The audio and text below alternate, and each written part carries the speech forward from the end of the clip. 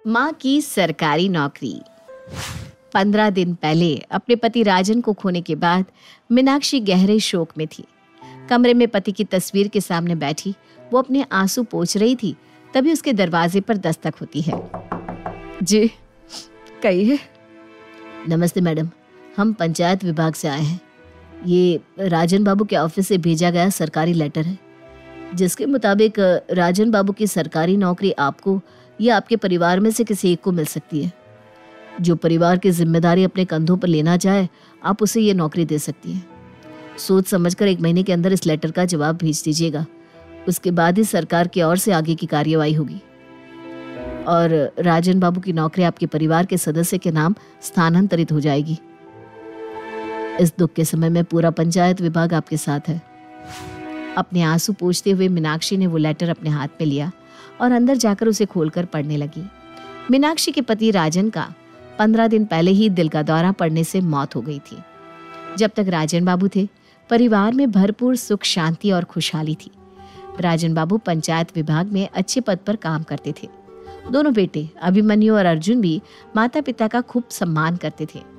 राजन बाबू ने अपने सामर्थ्य से अधिक रुपया खर्च करके दोनों बेटों को अच्छी शिक्षा दीक्षा दिलवाई थी।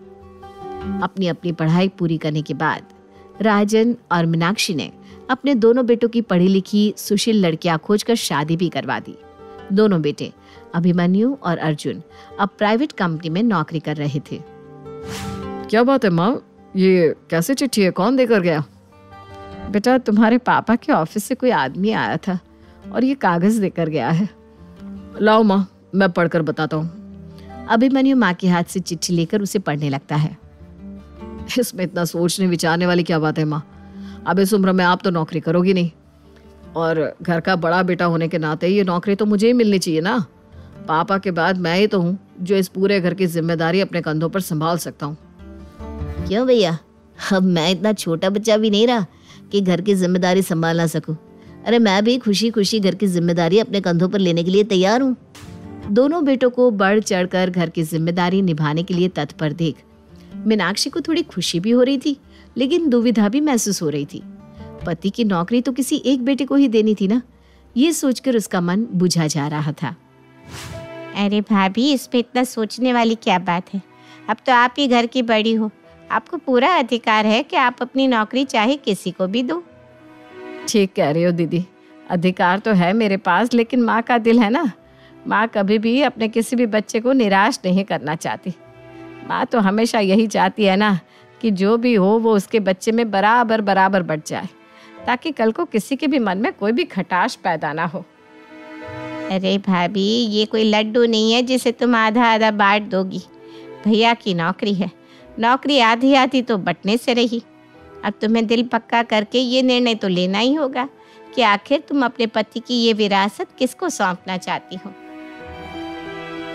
आप ठीक कहती है दीदी, लेकिन ये कोई एक पल में करने वाला निर्णय नहीं है। मुझे सोचने के लिए समय चाहिए। मैं ऐसे ही भावना में बहकर अति भावुकता में कोई भी निर्णय नहीं लेना चाहती। इतना कहकर मीनाक्षी अपने कमरे में चली जाती है। भैया की आंखें क्या बंद हो गई। भाभी ने तो हमें दूध में से मक्खी की तरह निकाल कर बाहर फेंक दिया। अरे किसको नौकरी देनी है, किसको नहीं देनी, हमसे भी तो सलाह मशवरा कर सकती थी। लेकिन नहीं, वो तो अकेले ही पूरे घर की सेठानी बनकर बैठ गई है। खुद को घर की महारानी समझ रही है। इतना भी लिहाज नहीं रहा कि 2-2 ननद के होते हुए किसी से सलाह मशवरा ही कर ले। बात तो तू ठीक कह रही है छोटी, लेकिन मुझे ऐसा लगता है कि नौकरी तो छोटे को मिलनी चाहिए। अरे बड़े के तेवर तो मुझे शुरू से ही खराब लगते हैं। अगर बड़े को नौकरी मिल गई ना तो कल को देखना भाभी को एक गिलास पानी भी नहीं मिलने वाला इस घर में। हम भी यही बैठे हैं, हमारा नाम बदल देना अगर ऐसा ना हो तो। तुम भी ना बेकार की बात करती हो दीदी। अभिमन्यु इतना बुरा भी नहीं है। तुमने देखा नहीं कैसे सामने से आकर पूरे परिवार की जिम्मेदारी उठाने को तैयार हो गया वो। दोनों बुआ अपना अपना राग आलाप रही थी, लेकिन मीनाक्षी के मन में गहरी उथल पुथल मची हुई थी। रिश्तेदार तो 2-4 दिन के लिए आते हैं और फिर अपने घर को लौट जाते हैं, लेकिन मीनाक्षी तो बरसों से अपने बेटों के साथ रह रही थी और अपने दोनों बच्चों का स्वभाव बहुत अच्छे से जानती थी। कुछ दिन पहले, अरे बेटा देख तो, तेरे पापा रोज ऑफिस चले जाते हैं और अपने चश्मे का ख्याल ही नहीं है उन्हें। देख, पिछले 1 सप्ताह से उनका चश्मा टूटा हुआ है। बार बार कह रही हूँ कि जाओ पहले चश्मा बनवा कर लाओ, लेकिन सुनते ही नहीं। अब बिना चश्मे के उन्हें ठीक से दिखाई भी तो नहीं देता। अरे माँ, ये फालतू के काम में ना आप मुझे मत उलझाया करो। मैं घर से काम कर रहा हूँ, इसका मतलब ये तो नहीं ना कि मैं खाली हूँ। मेरे पास बहुत सारे काम है, आप छोटे को भेज दो। अच्छा ठीक है बेटा, कोई बात नहीं, मैं छोटे से कह देती हूँ। अर्जुन बेटा, तेरे पापा पिछले 1 सप्ताह से बिना चश्मे के ही ऑफिस जा रहे हैं। तुझे पता है ना, बिना चश्मे के उन्हें सड़क क्रॉस करने में कितनी दिक्कत होती है। जब तक वो घर लौट कर नहीं आते मुझे डर सा ही लगा रहता है। बेटा तू जाना, जाकर अपने पापा का चश्मा बनवा दे बेटा। ऑफिस से आकर बैठो नहीं कि मम्मी अपने काम बताने लग जाती है। अरे पापा खुद जाकर भी तो अपना चश्मा बनवा सकते हैं। हर काम के लिए आपको सिर्फ मैं ही दिखाई देता हूँ। और भैया पूरे दिन से घर में बैठे रहते हैं, आप उनसे कोई काम क्यों नहीं कहती? अरे बेटा, वो घर में रहता ज़रूर है, लेकिन तुझे पता है ना, पूरा दिन दरवाज़ा बंद करके बैठा रहता है। वो तो सीधे मुंह बात तक नहीं करता। उसे मैं क्या काम करने के लिए कहूँ? अरे माँ, तो ये मेरा सर दर्द है क्या? ऑफिस से आओ तो प्लीज़ पहले चाय पानी तो दे दिया करो, ये काम मत बताया करो मुझे। और अगर आपसे नहीं होता तो कम से कम अपनी बहू से कह दो कि चाय पानी दे दे कुछ। छोटे बेटे के मुंह से भी रूखी सूखी बातें सुनने के बाद मीनाक्षी बड़ी दुखी हो जाती है। पापा के एक चश्मा तक रिपेयर करवाने के लिए दोनों में से किसी भी बेटे के पास समय नहीं है। जिसे भी काम के लिए कहो वो अपनी टोपी दूसरे के सर पहनाने की कोशिश करने लगता है। खैर, अपनी अपनी किस्मत है, कोई बात नहीं। कल मैं खुद जाकर ही उनका चश्मा बनवा दूंगी। वो तो अपने नियम के इतने पक्के हैं कि ना तो ऑफिस से छुट्टी लेंगे और ना ही ये चश्मा बनेगा। बार बार दोनों बेटों से जब अनुरोध करने के बाद भी कोई पिता का चश्मा बनवाने के लिए राजी नहीं होता, तो थक कर मीनाक्षी ही ऑटो लेकर बाजार जाती है और पति का चश्मा रिपेयर करवा कर ले आती है। कुछ दिन बाद, बड़ी बहू, रक्षाबंधन का त्योहार आ रहा है। तुम्हारी दोनों बुआ जी पापा जी को राखी बांधने के लिए घर पर आएंगे। तुम ऐसा करना, दोनों के लिए ना कुछ तोहफे लेकर आना। अच्छा नहीं लगता ना सिर्फ रुपया देकर राखी बंधवाए। माँ जी, मैं आपको बाजार जाते हुए दिख जाऊं तो आपको न जाने कहाँ कहाँ से काम याद आने लगते हैं, और सारे काम मुझे ही बताती हैं आप। आपकी छोटी बहू भी तो है ना, ये पैसे खर्च होने वाले काम आप उससे भी तो करवा सकती हैं। अरे बेटा, क्या हर समय पैसे के लिए हाय हाय करती रहती हो? पैसों की चिंता मत करो। अभी मैं पैसों के लिए तुम्हारे ऊपर निर्भर नहीं हूँ। अपने पति की कमाई से जो मन में आए वो खरीद सकती हूँ। बस तुम्हें बाजार जाते देखा तो काम बता दिया। तुम्हारी इच्छा ना हो तो मत लाना। हाँ हाँ माँ जी, आज तो बहुत पैसों की धौंस दिखा रही हूँ। जब अपने रिश्तेदारों को देना होता है तब तो आपके पास पैसे निकल ही आते। अगर हम किसी ज़रूरत के लिए आपसे पैसे मांग ले तो आप तुरंत मना कर देती हैं। बड़ी बहू, बहन बिटिया बस त्योहार पर ही मायके आती है। अपना हाथ चाहे जितना तंग चल रहा हो, लेकिन उन्हें कभी खाली हाथ नहीं लौटाना चाहिए। अरे मायके के धन दौलत ज़मीन जायदाद तो बेटों को ही मिलते हैं, वो तो कभी नहीं आती इनमें हिस्सा बटाने। लेकिन इन तीज त्योहार पर मिलने वाला नेक पर तो उनका अधिकार होता है, और उनसे ये अधिकार कभी छीनना नहीं चाहिए। रही बात तुम्हारी मदद ना करने की, तो बेटा 1000 रुपये की साड़ी और 5 लाख रुपए की ज़मीन में अंतर होता है। तुमने 5 लाख मांगे थे, हमारे पास नहीं थे तो मना कर दिया। अब इस बात को इतना मन से लगाने की क्या ज़रूरत है?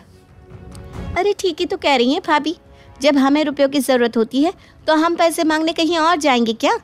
इतनी अच्छी जॉब है पापा जी की, सारी दुनिया जानती है कि आपके पास कितना पैसा है, लेकिन जब आपसे मदद मांगो ना तो आप ठेंगा दिखा देती हैं मम्मी जी।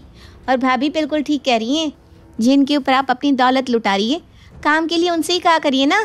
काम के समय तो आपको बहू याद आती है। ठीक कह रही हो बहू, तुम दोनों की बातें सुनकर इतना तो मुझे समझ में आ ही गया है कि चाहे अपनी ही संतान क्यों ना हो, आजकल रिश्ते सिर्फ पैसों के रह गए। आपके पास पैसा है तो सब है, पैसा नहीं तो कोई नहीं। गलती मेरी है जो मैंने तुमसे किसी भी काम के लिए कहा, मुझे माफ़ कर दो। आगे से मैं तुम दोनों से कभी किसी काम के लिए नहीं कहूँगी।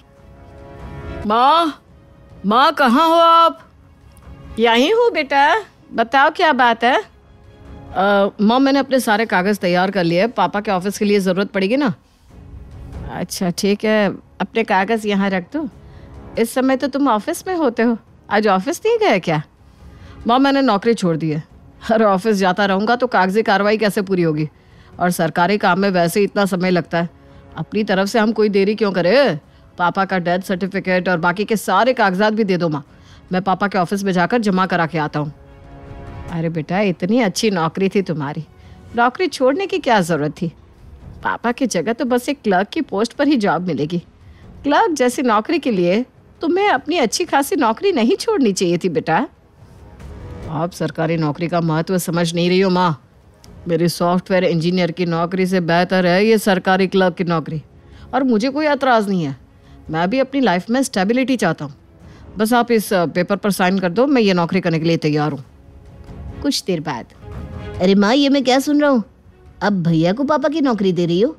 मैंने आपका ऐसा क्या बिगाड़ा है जो आप भाई भाई के बीच में ऐसी पार्शियलिटी कर रही है? मैंने आपसे कहा था ना कि मुझे इस नौकरी की ज़्यादा ज़रूरत है, आप ये नौकरी मुझे दिलवाना। बेटा देखा जाए तो तुझे और अभिमन्यु किसी को भी इस नौकरी की ज़रूरत नहीं है। अरे तुम दोनों को अच्छे स्कूल कॉलेज में पढ़ा कर बड़ा किया हमने, लाखों रुपए तुम्हारे शिक्षण पर खर्च किए। अब तुम दोनों अच्छी नौकरी करो, आगे बढ़ो। ऊपर वाले की कृपा रही है, तुम दोनों की लाइफ बिल्कुल सेट हो गई है। अच्छी कंपनियों में नौकरी कर रहे हो। मुझे तो समझ में नहीं आता कि एक क्लर्क की नौकरी के लिए तुम दोनों में मारामारी क्यों हो रही है। मम्मी आप तो ऐसे बात कर रही हो जैसे आपको सरकारी नौकरी का मतलब ही पता ना हो।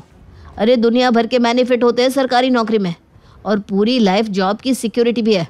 प्राइवेट जॉब में चाहे आप कितने भी ऊंचे पद पर पहुंच जाओ, वो मान सम्मान आपको कभी मिल ही नहीं सकता जो एक सरकारी ऑफिसर को मिलता है।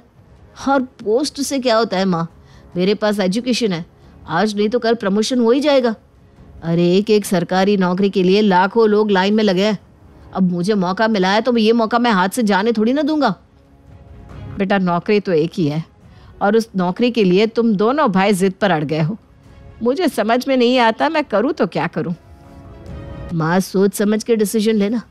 अगर आपने अभिमन्यु भैया के पक्ष में अपना डिसीजन लिया ना, तो भूल जाना कि आपका कोई छोटा बेटा भी था। मुझे भी फिर आपसे और भैया से कोई वास्ता नहीं रखना। अरे जो मेरी खुशी नहीं देख सकता, मैं उसके साथ रिश्तेदारी रखकर करूंगा भी क्या? शर्म नहीं आती तुम दोनों को? बाप को मरे अभी 15 दिन नहीं हुए और तुम दोनों उनकी नौकरी के लिए एक दूसरे का मुंह नोचने के लिए तैयार हो गए। समझ में नहीं आता, कमी मेरी परवरिश में है या तुम्हारे संस्कारों में। मीनाक्षी उदास मन से अपने कमरे में बैठी हुई थी। तभी पड़ोस वाली एक महिला उससे मिलने आती है। अरे मीनाक्षी, कहाँ हो बहन? आई दीदी। बताइए कैसी हैं आप, कैसा चल रहा है सब कुछ? अब क्या बताए, बहुत कष्ट में बीत रही है। ईश्वर ने हमारे साथ घोर अनर्थ किया है, किसी और से और क्या शिकवा करे। हमारा साथ तो भगवान ने भी नहीं दिया। ऐसी क्या बात हो गई बहन? मेरा बेटा जन्म से ही विकलांग है, तुम जानती ही हो, लेकिन फिर भी उसने कभी हार नहीं मानी। हमेशा मेहनत से पढ़ाई की, मेहनत में कभी कोई कसर नहीं छोड़ता मेरा बच्चा। लेकिन उसकी विकलांगता को देखकर प्राइवेट नौकरियां उससे मिलती नहीं, और सरकारी नौकरियों का तो देश में अकाल पड़ गया है। अरे मेरे बेटे जैसे बच्चों का भविष्य तो कुछ है ही नहीं। समझ में नहीं आता हमारे बाद क्या करेगा, कल को कैसे उसका जीवन कटेगा।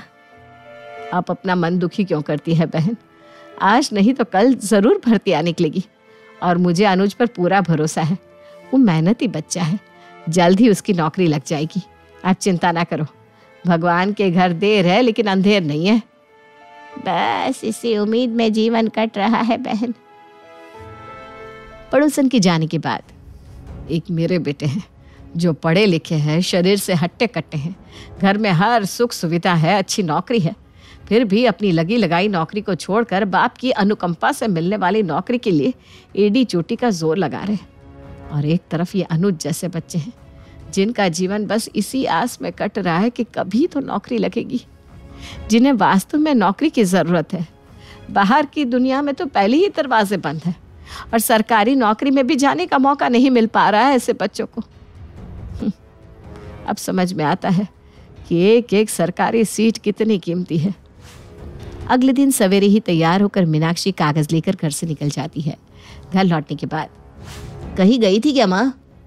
हाँ बेटा, तुम्हारे पापा के ऑफिस गई थी। वहां पर कुछ कागज जमा करवाने थे, वही काम निपटा कर आ रही हूँ।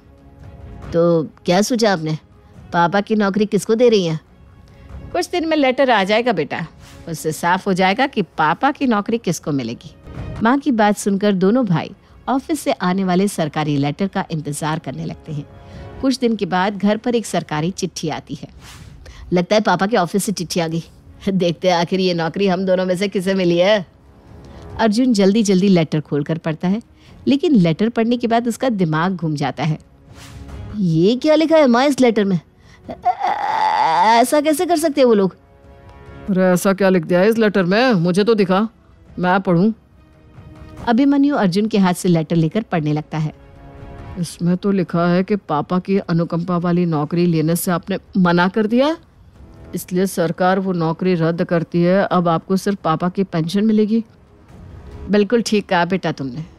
मैंने खुद ये नौकरी लेने से इनकार कर दिया। लेकिन क्यों? आप ऐसा कैसे कर सकती हो माँ? ऐसा तो कोई अपने दुश्मन के साथ भी नहीं करता। अरे अगर आपके बच्चों का जीवन संवर रहा था तो उसमें आपको दिक्कत क्या थी? बेटा, तुम्हारे प्रति हमारा जो भी फर्ज था हम उसे निभा चुके हैं। तुम्हें पाला पोसा, पढ़ाई लिखाई कराई, तुम्हें इस काबिल बनाया कि एक अच्छी नौकरी पा सको। अच्छी लड़कियां देखकर तुम दोनों की शादी करवा दी। अब तुम दोनों अच्छी तरह सोच कर बताओ कि तुम में से ऐसा कौन था जिसे इस नौकरी की सच में ज़रूरत थी। पापा की नौकरी की लालच में तुम दोनों इतने अंधे हो गए कि तुम अपनी अपनी नौकरियां तक छोड़ने को तैयार हो गए। नौकरी होते हुए भी तुम दोनों अपनी लगी हुई नौकरी को लात मारकर इस नौकरी के पीछे हाथ धोकर पड़ गए।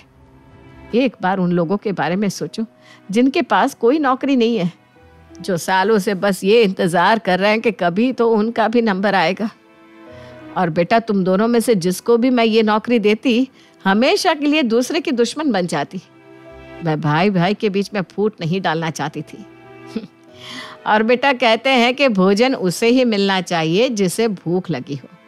जिसे भूख ना हो उसके लिए भोजन परोसना व्यर्थ है।